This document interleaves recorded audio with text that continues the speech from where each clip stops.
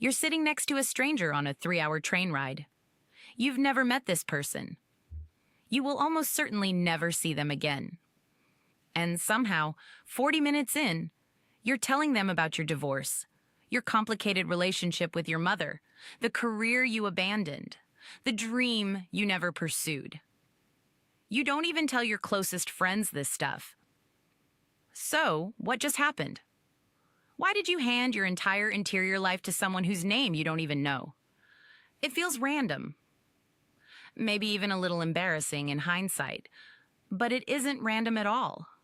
There is a very specific psychological force at work.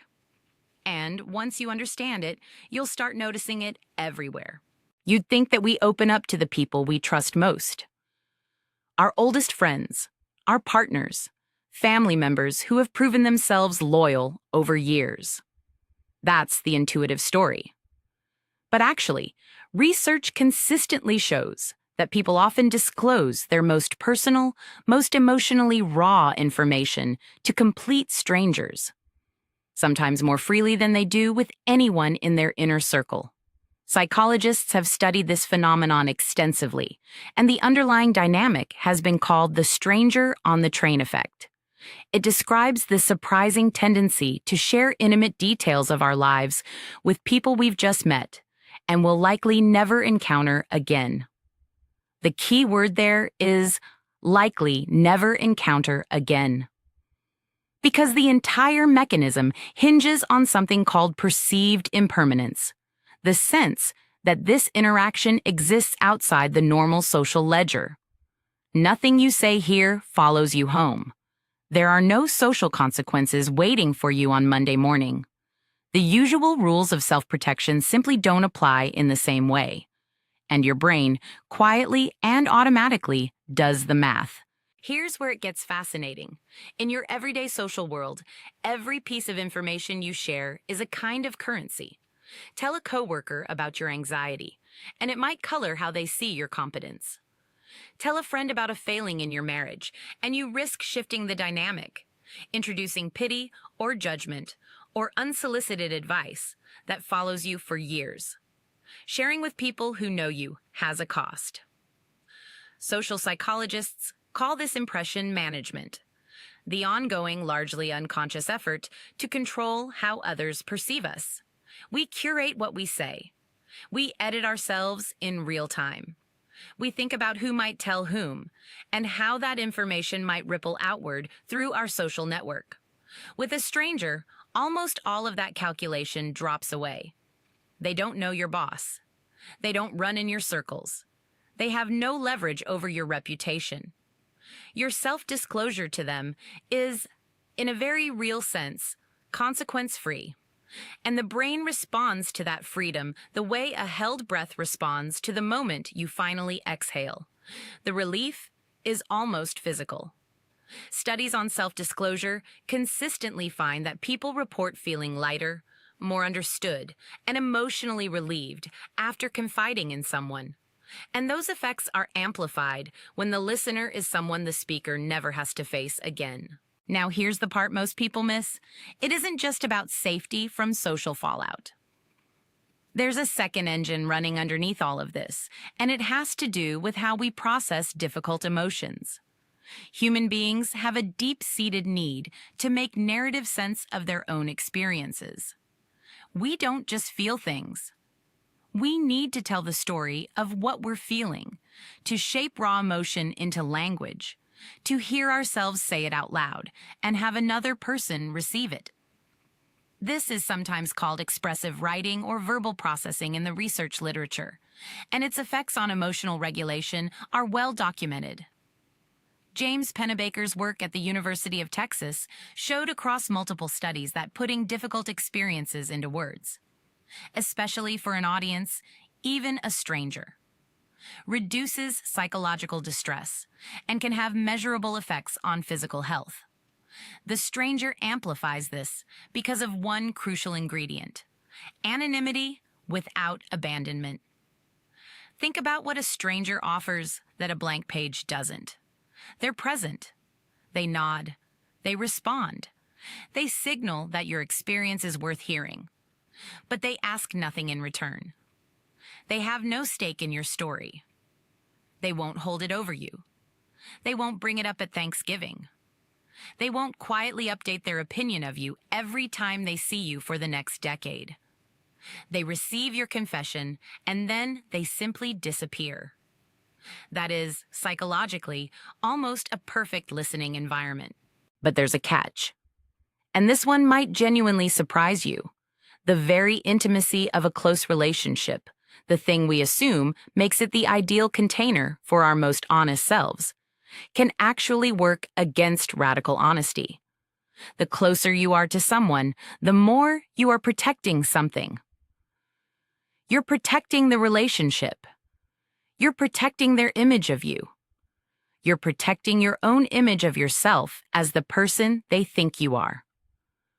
When you've known someone for years, you've built a shared story, a set of roles, an established emotional contract about who you are to each other. Saying something that violates that contract, admitting a fear that doesn't fit the version of you your best friend has always known, confessing a desire that contradicts the values you've performed for a decade, carries enormous relational risk. Researchers studying self-disclosure in close versus casual relationships have found that people often strategically withhold precisely the most emotionally significant information from their closest relationships, because the stakes of disrupting those bonds are so high. Therapists see this all the time. People will confess things to a therapist in session 1 that they haven't been able to say to a partner of 15 years. The therapeutic relationship works partly on the same principle as the stranger on the train: structured, boundaried, consequence-free in a very specific social sense. The stranger, in other words, isn't a substitute for intimacy. They're an alternative container for the parts of yourself that intimacy makes too risky to expose. Now here's where it gets genuinely strange for us in the modern world. The stranger on the train used to be a relatively rare encounter, a business trip, a long flight, a waiting room. But the internet has industrialized the phenomenon. Reddit's confessional threads, anonymous Twitter accounts, comment sections on mental health videos at 2 a.m, Discord servers where nobody knows your real name. These are all, psychologically speaking, stranger on the train dynamics scaled to millions of simultaneous interactions. The perceived anonymity recreates the key ingredient: consequence-free disclosure.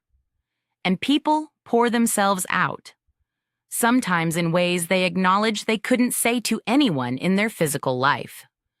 There's even a name for what happens when digital anonymity removes social inhibition. Researchers call it the online disinhibition effect, described by psychologist John Suler in influential work in the early 2000s. People say more, reveal more, and sometimes are more emotionally authentic online with strangers than they are with their own families. But the digital version comes with a critical distortion. The stranger on the train is genuinely gone after the train stops. The internet is not. Anonymity online is fragile and often illusory. Screenshots exist. Patterns can be traced. Communities that feel private can become very public very quickly. So the brain applies the old psychological logic. This is a safe stranger context to an environment where that logic doesn't fully hold. Understanding the effect means understanding both why we do this and where the model breaks down. So, what do you actually do with all of this? Here's the honest answer. You don't need to stop oversharing with strangers. In most cases, it's serving a real psychological function. You're processing, you're rehearsing, you're offloading emotional weight in a way that leaves you lighter and doesn't cost the relationship it would cost if you said the same thing to someone who knew you well. If you find yourself confessing to a stranger on a plane, or a bartender, or someone in a waiting room, that isn't weakness or social dysfunction. It's your mind doing something genuinely useful. The more interesting question is whether you're using strangers as a substitute for conversations you actually need to have with people in your life. Because there's a version of this that becomes a pressure valve. You release the steam to the stranger, and then the boiler never gets fixed. If you notice that the things you tell strangers are things you'd never say to your partner, your closest friend, your therapist, that gap might be worth sitting with. Not to eliminate the stranger oversharing, but to ask what it's protecting you from. And on the other side, the next time you're that stranger, the one someone else is pouring their heart out to, remember what you're actually providing. You're a consequence-free witness, a container without a long memory. That is not a small thing. Some of the most meaningful conversations human beings ever have happen between people who will never speak again. The transience is the point. It creates the safety, and the safety creates the honesty. We started on a train. 40 minutes into a ride with someone you'd never met, and somehow your whole life came spilling out. That moment used to feel like a glitch, like you'd lost control of the filter. But now you know it wasn't a glitch. It was your brain doing something remarkably sophisticated. It read the social environment, calculated the absence of consequence, recognized a window where honesty was safe, and took it. The stranger on the train effect is one of those psychological phenomena that reveals something quietly profound about human beings. We don't just want to be known by the people who will always know us. Sometimes, we need to be known by someone who won't remember, someone who disappears when the train pulls in. And in that disappearing, in that beautiful, bounded, consequence-free moment, we often get closest to our actual selves. The next time it happens to you, notice it.